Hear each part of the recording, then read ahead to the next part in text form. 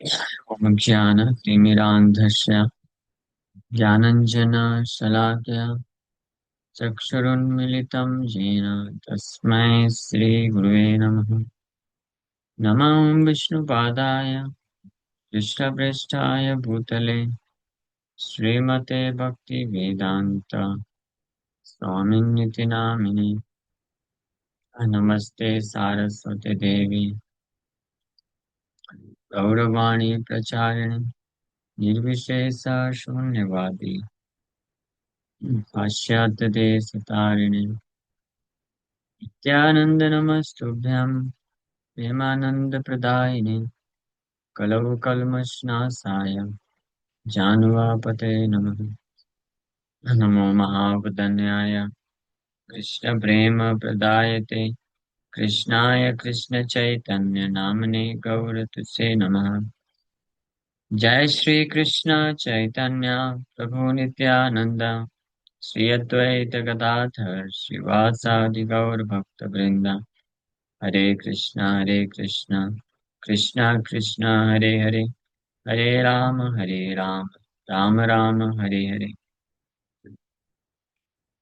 हरे कृष्णा। सो आप सभी भक्तों का हार्दिक स्वागत है आज के श्रीमद् भागवतम की चर्चा में। सो हम लोग चर्चा कर रहे हैं पहला स्कंद 8वां अध्याय श्लोक संख्या 27 पे चर्चा कर लिए थे। और श्लोक संख्या 28 कुंती महारानी की प्रार्थनाएं चल रही हैं, बहुत सुंदर।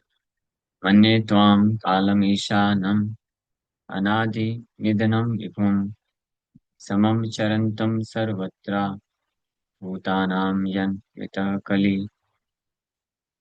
So my lord, I consider your lordship to be eternal time, the supreme controller, without beginning and end, the all-pervasive one. In distributing your mercy, you are equal to everyone. The dissensions between living beings are due to social intercourse.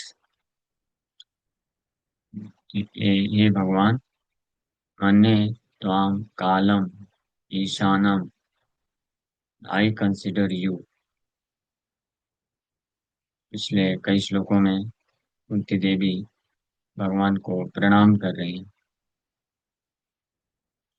नमो नमः, नमस्ते पंकजाग्रे। तो भगवान को ये awkward feel ना हो कि मेरी बुआ बुआ है, तो कुंती देवी बता रही हैं, लेकिन मैं आपको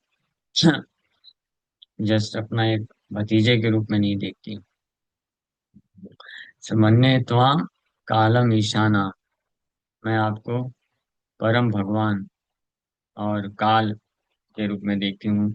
वो काल जो इस समस्त भौतिक संसार को कंट्रोल करता है, इसके नियंत्रण में सब कुछ है। ब्रह्मा जी से लेकर के एक छोटे से चींटी तक काल के द्वारा नियंत्रित होते हैं। तो इस संसार में कोई भी गतिविधि होती है, कोई भी कार्य होता है, या उस कार्य का जो भी रिएक्शन होता है, वो सब काल के द्वारा प्रदान किया जाता है। काल आने पे, समय पे चीजें होती। कोई कुछ मान लीजिए कार्य करना चाहता है, कार्य करना चालू करता है, फिर बोलता है कि मैंने 3.5 महीने में, 6 महीने में, 1 साल में इसको पूरा किया। तो 3 महीने, 6 महीने, 1 साल क्या है? काल है। काल के द्वारा कंप्लीट हुआ। कोई एक जगह से दूसरी जगह जाता है, तो कौन लेके जाता है? समय उसको लेके जाता है। कोई यहाँ से ट्रैवलिंग किया, 6 घंटे का ट्रैवलिंग है, उसका 6 घंटे दूरी पे है, 6 घंटा उसको लेके गया, वो समय उसको लेके जाता है। ये बहुत एक जो है गंभीर डीप फिलॉसफी है। थोड़ा इसको गहराई से विचार करने पे व्यक्ति समझ सकता है कि कैसे हर चीज काल के कंट्रोल में है। कोई बीज रोपण करते हैं, तो बीज से पौधा, फिर वृक्ष, फिर फल, ये कौन बनाता है? तो ये समय बनाता है। समय ही होता है कि लोग जानते भी। कुछ ही कुछ समय जब व्यतीत हो जाता है तो बीज पौधा बनता है। फिर और कुछ समय व्यतीत होता है तो वो बीज वृक्ष पौधा वृक्ष बन जाता है, फिर उसमें फल आने लगता है।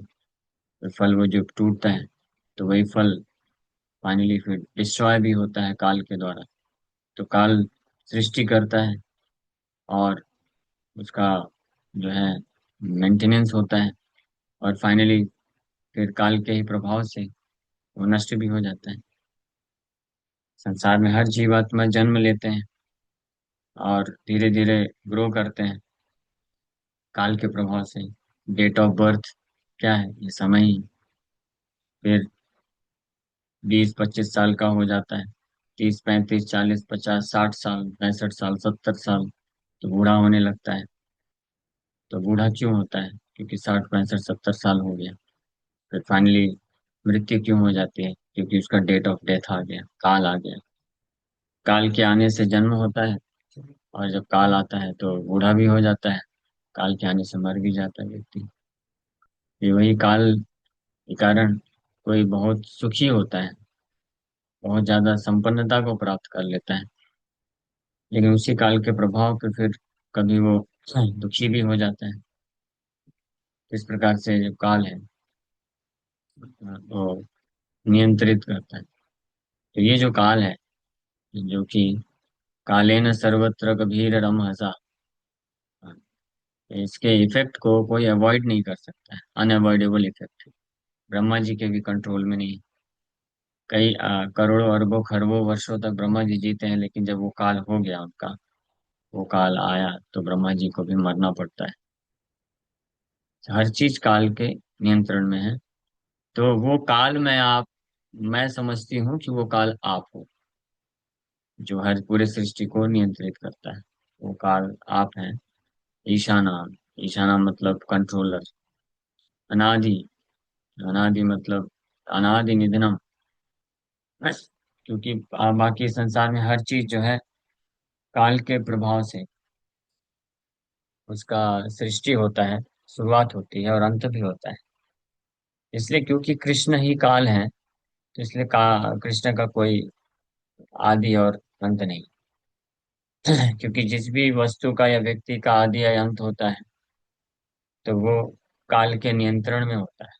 काल उसको नियंत्रित करता है, समय द इटर्नल टाइम नियंत्रित करता है। इसलिए भगवान क्योंकि काल को भी नियंत्रित करते हैं, भगवान ही काल के रूप में ये सब कार्य करते हैं, तो इसलिए उनका खुद का कोई आदि और अंत की संभावना नहीं होती। इसलिए प्रश्न पूछना कि सब कुछ अगर भगवान ने बनाया है तो भगवान को किसने बनाया, ये गलत है। ये प्रश्न है अपने आप में ही गलत है। वो इसलिए गलत है क्योंकि जब कोई भी वस्तु या व्यक्ति का जन्म या सृष्टि होती है, भौतिक संसार से लेकर के छोटा छोटा चीज का भी सृष्टि होता है, तो सर्टेन पॉइंट ऑफ टाइम वो उस समय उपस्थित होने पे होता है। समय की उपस्थिति से चीजें प्रारंभ होती हैं और सृष्टि होती है। फिर वही समय की उपस्थिति से चीजें मेंटेन होती हैं और फाइनली नष्ट हो जाती है। लेकिन वो जो समय है, काल है, इटर्नल टाइम, वो कौन है? वो भगवान कृष्ण का ही एक स्वरूप है। तो इसलिए भला वो काल भगवान पे कैसे प्रभाव दिखा सकता है? ये एक लॉजिकल इंटरप्रिटेशन है। भगवान का कोई आदि नहीं हो सकता है। सो मन्ये त्वाम कालम ईशानम, मैं आपको काल और परम नियंता समझती हूँ। क्योंकि आप काल हैं और आप ही कंट्रोल करते हैं, इसलिए आपको कंट्रोल करने वाला कोई नहीं। अनादि आप, और अनिधनम, निधन, निधन मतलब नष्ट हो जाना। अनादि निधनम, हाँ, ना तो आपका आदि है ना तो निधनम है, विदाउट बिगिनिंग एंड एंड। हाँ, विभुम, विभुम के ऊपर हम लोग व्याख्या किए थे। विभुम मीन्स ऑल परवेडिंग, सर्वत्र व्याप्त है। और समम चरंतम, सर्वत्र, सर्वत्र मतलब हर जगह हर परिस्थिति में। समम, समान बने रहते हैं, इक्वली मर्सीफुल, एक बराबर आप कृपा करते हैं। चरंतम, सर्वत्र, इन डिस्ट्रीब्यूटिंग योर मर्सी, अपनी कृपा का वितरण करने, आप हर जगह समान रूप से अपनी कृपा का वितरण करते हैं। जैसे लाइक जो बादल होते हैं, तो समम चरंतम, समान रूप से बारिश करते हैं। किसी क्षेत्र में बारिश हो रही है तो वो ये नहीं देखते, बादल ऐसा नहीं सोचते, ऐसा नहीं होता है कि जहाँ पे पानी ऑलरेडी भरा हुआ है तो वहां पे बारिश नहीं करना है, जहाँ पे नहीं है वहां पे बारिश करना है। या जो अमीर लोग हैं उनके यहाँ करना है, गरीब लोग के यहाँ नहीं करना है। हाँ, तो इस प्रकार का कंसिडरेशन नहीं होता है। लेकिन फिर भी कुछ लोग बारिश का लाभ उठा पाते हैं और कुछ लोग नहीं उठा पाते हैं। हाँ, जैसे किसी क्षेत्र में बारिश तो हो रही है, लेकिन वो समान रूप से हो रही है, लेकिन कुछ लोग होते हैं जो अपनी बुद्धि इस्तेमाल करते हैं और वो बारिश जो होती है उसको रिसीव करने के लिए योग्य होते हैं और अरेंजमेंट कर लेते हैं। ऐसे पहले के समय में तालाब वगैरह खोद दिया जाता था, गड्ढे बना दिए जाते थे, या कुछ ऐसा अरेंजमेंट कर देते थे ताकि जो पानी गिर रहा है उसको स्टोर किया जा सके। लेकिन जो नहीं करते हैं तो पानी गिर के चला जाता है। इसी प्रकार से कृष्ण समम चरंतम सर्वत्र, he is equally inclined to bestow his mercy everywhere, हर जगह समान रूप से अपनी कृपा को वितरण करने के लिए भगवान प्रवृत्त है। लेकिन कुछ लोग उसका लाभ उठा पाते हैं, कुछ लोग नहीं उठा पाते हैं। तो फिर भी वैरायटी, भगवान की कृपा की जो का डिस्ट्रीब्यूशन है उसमें जो विविधता दिखती है, भगवान की कृपा का वितरण में जो विविधता दिखती है, कुंती महारानी बोल रही हैं भी भूता नामयन मिता कली, that is because of their nature, और उनका जो प्रभाव है, उनका जो स्वभाव है, the dissension between living beings are due to social intercourse, means मिता कली डिसेंशन, जो जो डिफरेंसेस दिखते हैं जीवात्माओं के ऊपर कृपा होने के लिए, वो उनके जीवात्माओं आ, के ऊपर निर्भर करता है, उनके कारण है, भगवान के कारण नहीं।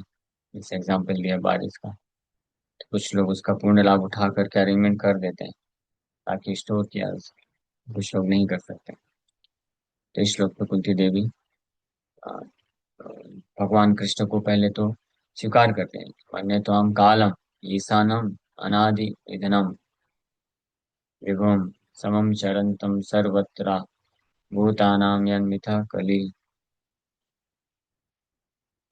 Kunti Devi knew that Krishna was neither her nephew nor an ordinary family member of her paternal house. She knew perfectly well that Krishna is the primeval Lord who lives in everyone's heart as the super soul Paramatma. तो कुंती देवी ये स्पष्ट रूप में जानती थी, कृष्ण भले ही यदुवंश में प्रकट होकर के उनके एक सगे संबंधी के रूप में आए, लेकिन ना तो वो उनके भतीजे हैं और ना ही उनके आ, जो है पिता मायके वालों के परिवार के संबंध में है।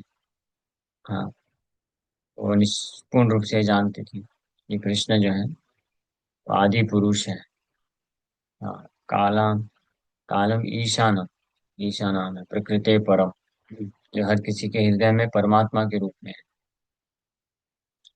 Another name of the Paramatma feature of the Lord is Kala और eternal time। जो परमात्मा हर जीवात्मा के हृदय में है, वही उन्हीं परमात्मा का एक फीचर है। हाँ, मतलब उन्हीं परमात्मा का एक स्वरूप काल है, सनातन काल, eternal time. Eternal time is the witness of all our actions, good and bad, and thus resultant reactions are destined by him। तो ये जो काल है, ये सनातन है, और जितने भी जीवात्मा है उनके सबके साथ हमेशा रहता है। इसलिए ये विटनेस बनता है हमारे सारे कार्यों का, अच्छे या बुरे। और इस विटनेस, ये साक्षी के अनुसार ही हाँ, जो उसका रिएक्शन है, फल है, उनके द्वारा निर्धारित किया जाता है।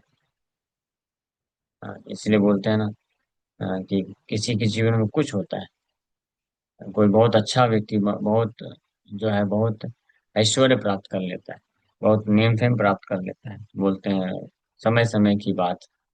हाँ, तो समय समय की बात क्या है, वो यही बात कि समय काल के रूप में भगवान हर जीवात्मा के कार्यकलापों का विटनेस रखते हैं, साक्षी रखते हैं। और फिर उचित परिस्थिति में, उचित समय में उसको उसका फल प्रदान करते हैं। So it is no use saying that we do not know why and for what we are suffering. We may forget the misdeed for which we may suffer at this present moment, but we must remember that Paramatma is our constant companion, and therefore he knows everything past, present, and future. And because the Paramatma feature of Lord Krishna destines all actions and reactions, he is the supreme controller also. परमात्मा के रूप में, और जो काल है परमात्मा का ही एक स्वरूप है, हमारे समस्त कार्यकलापों का विटनेस करते हैं, साक्षी करते हैं, भले ही हम क्यों ना भूल जाएं। और उस अनुसार जो है हमको डेस्टिनी प्रदान करते हैं, या फल रिएक्शन प्रदान करते हैं। सारे एक्शंस एंड रिएक्शंस उनके कंट्रोल में होते हैं इस प्रकार से। इसलिए वो सुप्रीम कंट्रोलर है, परम नियंता, ईशानम। Without his sanction not a blade of grass can move. जैसा कि हम लोग बोलते हैं, सुनते हैं कि भगवान के इच्छा के बिना एक तिनका भी नहीं हिल सकता है। So that is true.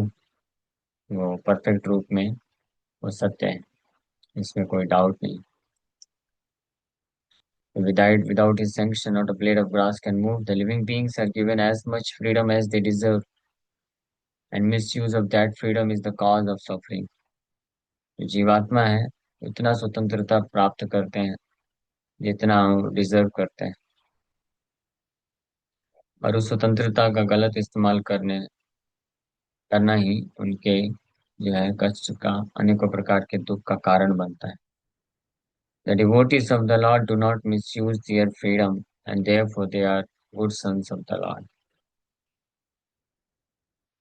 तो हालांकि भगवान के जो भक्त होते हैं, वो अपनी स्वतंत्रता का गलत इस्तेमाल नहीं करते हैं, इसलिए भगवान के अच्छे पुत्र कहलाते हैं, सुपुत्र। सुपुत्र कुपुत्र, दो प्रकार के पुत्र। भगवान के जो कुपुत्र होते हैं, वो भगवान के द्वारा दी गई स्वतंत्रता का गलत इस्तेमाल करते हैं, और इस प्रकार से उस मिसयूज के कारण कष्ट भोगते हैं। उसमें भगवान का कोई लेना देना नहीं। भगवान कंट्रोल करते हैं, सैंक्शन करते हैं, डेस्टाइन करते हैं, बट वो जो सफरिंग है, कष्ट है, वो जीवात्मा का चॉइस।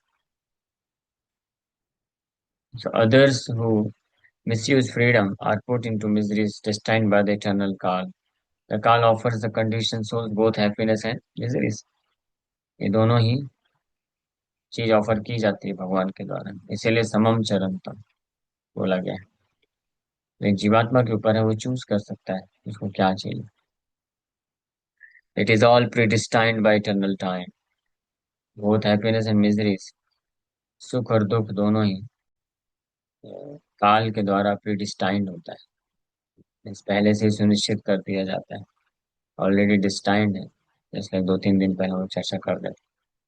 अगर आज जैसे 9 दिसंबर 2025, 7:54 7:54 AM हो गया है। हाँ, तो इसके बाद की जो भी एक एक मोमेंट में हमारा डेस्टिनी जो है डिसाइडेड है, प्री डिस्टाइंड है, किस समय कितना सुख या दुख मिलने वाला है, वो वो आए आता ही है। Nobody can avoid it. जैसे अगर लिखा है कि अ, 1 महीने बाद जनवरी में, 9 जनवरी 8 बजे मुझे कोई जो है 1 किलो 1 किलो हैप्पीनेस देगा, 1 किलो हैप्पीनेस मिलना है। तो वो कहीं भी रहेंगे वो मिल जाएगा। वो happiness, sense of happiness, one must get it, वो जब समय आएगा। तो माध्यम अलग अलग बन जाते हैं। और अगर लिखा है कि 1 किलो दुख मिलेगा, तो वो भी अपने आप आएगा ही। अगर कोई माध्यम नहीं दिखेगा, तो मन है माध्यम, मन प्रदान कर देगा। कई बार कुछ लोग होते हैं, कोई उनको डिस्टर्ब करने वाला नहीं होता है, कोई सब ठीक चल रहा है, लेकिन फिर भी मन डिस्टर्ब रहता है। जो काल इस प्रकार से बहुत ही वंडरफुल तरीके से कार्य करता है। इसलिए सुखदेव गोस्वामी बोले, काले न सर्वत्र गभीर रमहसा। गभीर रमहसा मीन्स काल जो है बहुत एक्सपर्ट तरीके से, बहुत ही स्विफ्ट तरीके से कार्य करता है, अचूक, without, nobody can check it. So no one is there for either an enemy or a friend of the Lord. Everyone is suffering and enjoying the result of his own destiny. This destiny is made by the living beings in course of social intercourse. इस भौतिक समाज में interaction करने के कारण, आदान प्रदान करने के कारण, जिस प्रकार से किया आदान प्रदान, तो जीवात्मा उसके आधार पर अपनी डेस्टिनी को बनाता है। और काल का कार्य, काल के रूप में भगवान उसको बस प्रदान करता है, समय समय पे जैसे जैसे जब डेस्टाइंड है। इसलिए भगवान किसी भी जीवात्मा के ना तो मित्र है ना तो शत्रु है इस सेंस में, in terms of giving them material happiness और distress. The lord is impartial, is neutral, and he is not enemy और अ फ्रेंड। ना तो वो शत्रु है ना तो मित्र है किसी भी जीवात्मा के भौतिक जो है सुख या दुख के लिए। हालांकि उनके कंट्रोल में है, वो करते हैं, वो प्रदान करते हैं, वो कंट्रोल करके रखते हैं, बट वो कारण नहीं है। ही is not, he is the cause, but he is not the cause. जो कारण है वो जीवात्मा स्वयं है। लेकिन जो आध्यात्मिक रूप से भगवान से जुड़ता है, उनका भक्त बनता है, उनका सेवा करता है, सो ऐसा भक्त जो है वो भगवान की कृपा का पात्र होता है। वहां पे भगवान लव एंड अफेक्शन शो करते हैं। और उस प्रकार का लव एंड अफेक्शन जो है वो भी हर जीवात्मा के लिए उपलब्ध है। इसलिए गीता में दो जगह भगवान दो चीज बोले। एक तो बोले समः सर्वेषु भूतेषु, नहीं, और नाहम समोहम सर्वभूतेषु हमें द्वेष्वस्ति न प्रिया। ये भगवान बोले, साहम समोहम सर्वभूतेषु, सारे जीवात्माओं के प्रति मैं सम हूँ, न्यूट्रल हूँ। ना तो मैं किसी से द्वेष करता हूँ, ना तो मेरा कोई शत्रु है, ना मैं किसी का शत्रु बनता हूँ, और ना ही मेरे को कोई प्रिय है, यानी मैं मित्र बनता हूँ, ना कोई मेरा मित्र है। तो भौतिक रूप से जो चीजें दिखती हैं, डिफरेंसेस, तो भगवान के कंट्रोल में होते हुए भी भगवान का उसमें कोई लेना देना नहीं है। मटेरियली भगवान का जो हिसाब किताब बिल्कुल क्लियर है। बट उसी श्लोक में आगे बोलते हैं, ये भजन्ति तो माम भक्त्या मयि ते तेषु चाप्य। लेकिन जो मेरे को भक्ति पूर्वक मेरा भजन करते हैं, सेवा करते हैं, तो मैं भी उनके प्रति इस प्रकार से इंक्लाइंड हो जाता हूँ। ये तो है, ये भजन्ति तो माम भक्त्या भगवान बोल रहे हैं कि मैं रेसिप्रोकेट करता हूँ, मैं न्यूट्रल हूँ, सम हूँ, तो मैं रेसिप्रोकेट करता हूँ। अगर कोई मेरे से मित्रता करना चाहता है, मेरे से संबंध स्थापित करना चाहता है, आ, तो मैं भी उसका आदान प्रदान करके प्रेम का जो है आदान प्रदान करता हूँ। और लेकिन एक और श्लोक में भगवान बोले, सुहृदम सर्व भूतानां, ये I am the supreme well wishing friend of all living entities. ये जो वेल विशिंगनेस है भगवान का, सुहृद, तो this is to make all living entities fortunate enough to get associated with the Lord। ये जो सुहृद सर्वभूता नाम है, सारे जीवात्माओं का मैं सुहृद मित्र हूँ। तो ये सभी जीवात्माओं को वो अवसर प्रदान कर रहे हैं, जिसके माध्यम से वो भगवान के साथ अपने संबंध को स्थापित कर सके। और उनका एक पार्षद बन सके, ताकि वो पूर्ण आध्यात्मिक आनंद को प्राप्त कर सके। तो इस मामले में कृष्ण जो है, is always available, is impartially partial to his devotees, because he has given the offering, this offer, ये प्रपोजल है भगवान की तरफ से, ऑफर है कि कोई भी उनका भक्त बन सकता है। और भक्त बन करके ये भजन थी तो माम भक्त या मई तेते सुचावता, कि फिर मैं उसका भी भजन करता हूँ। जैसे भक्त भगवान का भजन करता है, जितनी मात्रा में भगवान भी उस भक्त का भजन करते हैं। So, since everyone here wants to lord it over the material nature, and thus everyone creates his own destiny under the supervision of the Supreme Lord, परम भगवान के नियंत्रण में हर कोई इस भौतिक संसार को जो कंट्रोल करना चाहता है, तो अपने अपने कंट्रोलरशिप की प्रोपेंसिटी के अनुसार व्यक्ति अपने अपने डेस्टिनी को बनाता है। लेकिन ये सब भगवान के सुपरविजन या कंट्रोल में होता है। So he is all pervading and therefore he can see everyone's activities, हर जगह व्याप्त, विभुम, विभुम होने के कारण वो समस्त जीवात्माओं के कार्यों को देख सकते हैं और कंट्रोल भी कर सकते हैं। And because the Lord has no beginning or end, he is known also as the eternal time, काल, क्योंकि उनका कोई अंत, आदि और अंत नहीं, इसलिए भी उनको सनातन बोला जाता है, काल।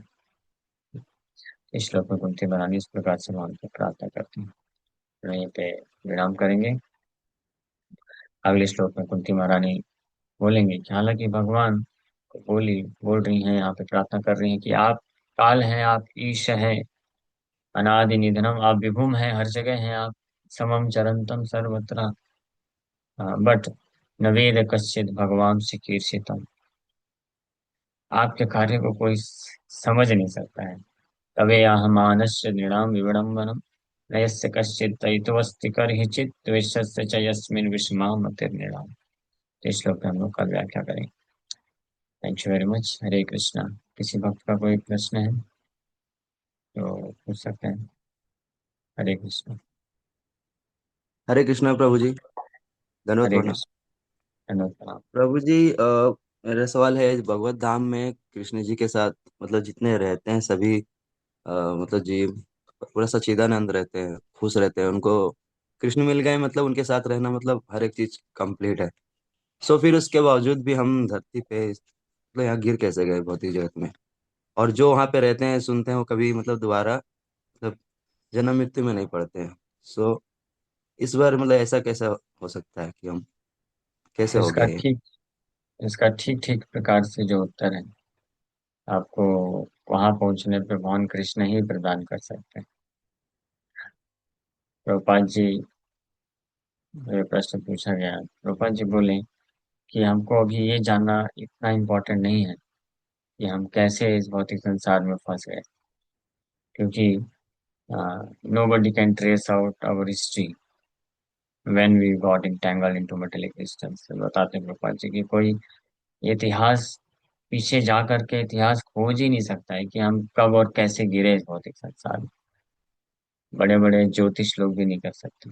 जो ये बहुत एक्सपर्ट ज्योतिष एस्ट्रोलॉजर होते हैं, वो कुछ लोग होते हैं जो कई कई जन्मों का भी बता सकते हैं, लेकिन ब्रह्मा जी भी ये नहीं बता सकते हैं कि हम लोग इस भौतिक संसार में कितने करोड़ों जन्मों से, कितने करोड़ों बार ब्रह्मा जी जन्म लेके चले गए तो हम इस संसार में हैं। हिस्ट्री को इसलिए जीवात्माओं को बोला गया है, बद्ध जीवात्माओं को नित्यबद्ध। नित्यबद्ध मतलब देयर इज नो हिस्ट्री, इतिहास ट्रेस आउट नहीं किया जा सकता। इसलिए बहुत डिफिकल्ट है ये समझ पाना कि कैसे, कब और क्यों हम फंस गए। हाँ, इसलिए प्रभुपाद जी बोले, शास्त्रों में अलग अलग जगह पे अलग अलग प्रकार से बताया गया है इसका कारण। बट मेन जो चीज बताते हैं प्रभुपाद जी, हमारा इंडिपेंडेंट मेंटेलिटी, इंडिपेंडेंटली एंजॉय करने का जो टेंडेंसी है, उसके कारण हम फंसे हुए हैं इस संसार में। बट इम्पोर्टेंट चीज ये है कि अब हम गिरे हैं, जैसे कोई व्यक्ति चल रहा है, गड्ढे में गिर गए, तो गड्ढे में गिरने के बाद उसको ये एनालिसिस करने से ज़्यादा इम्पोर्टेंट कि मैं कैसे गिरा, इससे ज्यादा इम्पोर्टेंट ये है कि निकलने का उपाय क्या है, पहले निकल तो जाओ। तो हमको उस पर फोकस करना चाहिए, वो ज्यादा इम्पोर्टेंट है। और दूसरी बात, कृष्ण भगवद गीता में गारंटी दी है कि भौतिक संसार में जो हम फंसे हुए हैं हम लोग, तो यहाँ से निकल के जाने के बाद चांस नहीं है कि कोई भौतिक संसार में फिर से फंस सके। यद गत्वा न निवर्तन्ते तद धाम परमम मम। यद गत्वा, उस धाम को एक बार प्राप्त करने के बाद वापस गिरने की संभावना नहीं है। और जो उस धाम में ऑलरेडी है, उन जो है नित्य सिद्ध है, उनके भी इस भौतिक संसार में गिरने की संभावना नहीं है। ठीक है, तो इसलिए ये बहुत ही ज्यादा कॉम्प्लेक्स है कि इसका मतलब क्या है कि हम कभी भौतिक संसार में नहीं थे, हम हमेशा ही बदले थे, या भौतिक संसार में थे तो क्यों आ गए। तो it's very difficult to perfectly answer this question. तो बेटर है कि हम यहाँ से निकल के जाने का जो प्रोसेस है उसको पहले फॉलो कर लें। फिर कृष्ण जो है समझा देंगे, बता देंगे कैसे आप कब क्यों कैसे गिर गए। ओके। ऐसा और कोई प्रश्न है किसी का? प्रभु जी, मेरा ही प्रश्न एक और है। हाँ पूछिए। प्रभु जी, अ, गृहस्थ में रह के अच्छे से दीक्षा, मतलब गुरु से दीक्षा लेने के बाद अच्छे से अगर भक्ति भजन करते हैं, परिवार चलाते, फैमिली चलाते हैं, देन मतलब इस चीज में पॉसिबल है ना कि मतलब हमें हाँ मतलब भगवत पॉसिबल धाम है, का। बिल्कुल क्योंकि डराया पॉसिबल। जाता है कि नहीं, ये नहीं है संन्यास रास्ता ही रास्ता, एक मार्ग है, या फिर चूक हो जाती है, कुछ मिस्टेक होती है, क्या मतलब ऐसा डराया जाता है, क्या है मतलब माइंड में क्लियर नहीं हो नहीं पाता नहीं, है। ये डराने वाली बात नहीं है प्रभु। ये जो है सावधान करने वाली बात ओके है। ओके। जैसे मान लीजिए कोई महामारी फैली हुई है कहीं पे, है ना। महामारी समझते हैं ना, जैसे कोरोना का टाइम आया था। तो जब हाँ आप घर प्रभु। से बाहर जा रहे हैं, तो अगर आपको बोला जाए अरे सावधानी से बाहर जाओगे तो फिर जो है कंटामिनेशन हो जाएगा, कोरोना लग जाएगा, फिर देखो कैसे कैसे हो रहा है, लोग कैसे कैसे जो है मर रहे हैं। तो ये सब क्या है, डराने के लिए नहीं, ये आपको सावधान करने के लिए कि आप निकल रहे हो तो फिर बहुत प्रिकॉशन लेके निकलो। अच्छे से मास्क लगाओ, सैनिटाइजर लगा के रखो, और 2 फीट 3 फीट हमेशा डिस्टेंस बना के रखो, कोई कोई जगह पे टच मत करना। और तो ये जो है सावधान करने के लिए चीजें जब बताई जाती हैं कि अगर हम सावधान नहीं होंगे तो उसका क्या परिणाम हो सकता है, ये बताना मतलब डराने के लिए नहीं बोला जाता है, ये हमको सावधान करने के लिए। तो ये अच्छी बात है, अलर्ट हो जाए ताकि हम। उसी प्रकार से भागवत में या अन्य शास्त्रों में जब बताया गया है कि ग्रहम अंधकूपम, अगर कोई गृहस्थी के जीवन में जाता है और अगर अपने इंद्रियों को, मन को संयमित नहीं करता है, और केवल जो है अपना और परिवार का पालन पोषण करने में ही अपने आप को व्यस्त कर लेता है, तो उसका क्या परिणाम है, ये बताया गया है। तो वो परिणाम को जब जानेगा कोई व्यक्ति, तो वो सुनते वक्त, पढ़ते वक्त उसको डर लग सकता है, लेकिन उससे वो सावधान होगा कि नहीं नहीं, मैं अगर इस घर गृहस्थी में जा रहा हूँ तो मुझे सावधान रहना चाहिए कि हाँ, मैं इसमें इतना न फंस जाऊं कि अपना जो मुख्य लक्ष्य है जीवन का उसको भूल जाऊं, उससे डेविएट ना हो जाऊं, है ना। तो ये उस प्रकार से हमको लेना चाहिए। लेकिन ऐसा नहीं है कि अगर कोई विवाह कर लिया, गृहस्थ में चला गया तो फिर उसका जीवन नरक ही हो जाएगा और वो आगे तो भगवत धाम नहीं जा सकता, ऐसा बिल्कुल भी नहीं।